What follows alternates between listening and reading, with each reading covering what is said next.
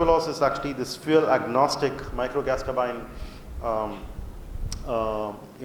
engine that is meant for an onboard, meant as an onboard electric charger to charge a small battery pack that will push the vehicle with a front end electric powertrain. So you will still look like a electric vehicle on the front with the motors that are connected to electric motors that are connected to the wheels, and the electric motors are being fed with current from a battery pack. But at the back end, the battery pack constantly gets charged from a power generator, and then we have this. And the interesting thing is, we have done research. The top left corner talks about this lean direct injection, for which we have got a US patent as well, and where we can actually burn extremely lean, and even with liquid fuel, we can actually get a blue flame and so on. So that's work that we have done at the combustion center that we have transferred to Aerosovelos. So that's a patent that belongs to the combustion center at IIT Madras, and it gets transferred, and we got Aerosovelos to become like co-owners, co-inventors of this, and so on. So that's what we're doing. Recently, Ashok Leyland has actually given us an electric bus so that we can implement this and showcase what we're doing with them. X2 Fuels is actually a work that's being done by my chemical engineering colleague called Professor Venu, who has actually applied the process called hydrothermal liquefaction in NCCRD to unsegregated municipal solid waste. So we have the opportunity to take waste that are very finely segregated by a self-help group of women who collect all the waste from the campus, and then mix them in various fractions to find out like what's the organic content, what's the inorganic content, what is the all the proximate and ultimate analysis, all of that stuff, what is the calorific value, and so on, fixed carbon versus volatiles. So we do all that, and then we now subject it to the hydrothermal liquefaction. And what we found was actually the organics and the plastics complement each other in a completely unsegregated waste, and that's the best suited for developing, making crude oil that's the most equivalent to the petrocrude, the petroleum crude that we can get from the ground. So what this does is actually mimicking what Mother Nature does over millions of years in a few hours, and we essentially create a pressurized high temperature atmosphere in which the charge cooks and then disintegrates itself and recombines into crude oil and biochar, and also emits some natural gas. So this is what we try to do over here, and we believe that we can actually take this crude, just remove the sludge by centrifuging it, and then take a clear oil which will have all the components of kerosene, diesel, petrol, and so on. That clear oil is called kerogen, and take that oil and then push it into the Aerosovelos engine without having to go to a refinery. That means that we are actually trying to cut through all the huge infrastructure that may be required for us to import oil from somewhere else and then go through a refinery process and then make petrol, diesel, kerosene, and then supply them to all the petrol bunks in separate tankers, and then position them in different underground tanks, and get the pumps. So when you're in the petrol bunk, you want to be very sure that the guy who is absent-mindedly should not actually mix petrol and diesel into your vehicle. That stuff is not required anymore. Like you can actually go with any. So fundamentally, the thing that we would like to say is come up with technologies that can cut through all the infrastructure that we have been indoctrinated with from the West for a very long time, right? And then think about new ways by which we can cut through all of that and get to the point. Electric vehicles do that when compared to the conventional automobiles in terms of the number of parts that are decreased and the maintenance required being so.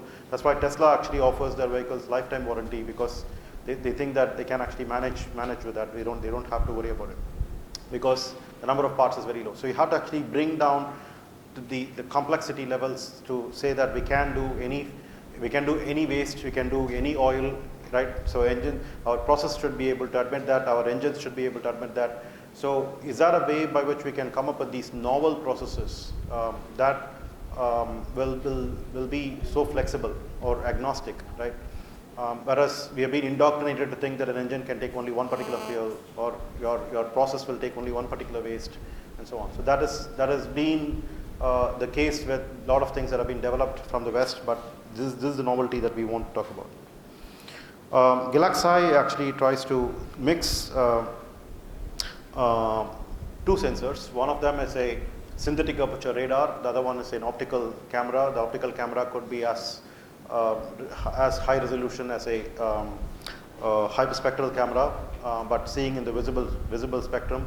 So this is actually good for when you can have sunlight as an illumination on a place, and you don't have any cloud cover that is darkening the place and so on, or obstructing the view from the above, but that will actually be compensated by the synthetic aperture radar, which can cut through cloud cover, can see through nights, and so on, which means that we then take images that are obtained simultaneously from these two and then do a sensor fusion, and the sensor fusion is actually done on an onboard processor in the satellite itself.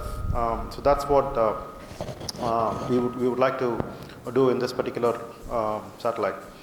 I think I need to talk about progress in all of these things, but let me just talk about Avishkar Hyperloop that's now leading to a startup called the Tutor Hyperloop. This is actually a student team, and they have been at IIT Madras since 2017. In 2019, they were the only Asian team to qualify for a pod run competition in SpaceX, California, and they emerged in the top 10 at the time. 2020 actually was a pandemic year. 2021, they participated online in a European competition to win the most scalable pod design award in the world.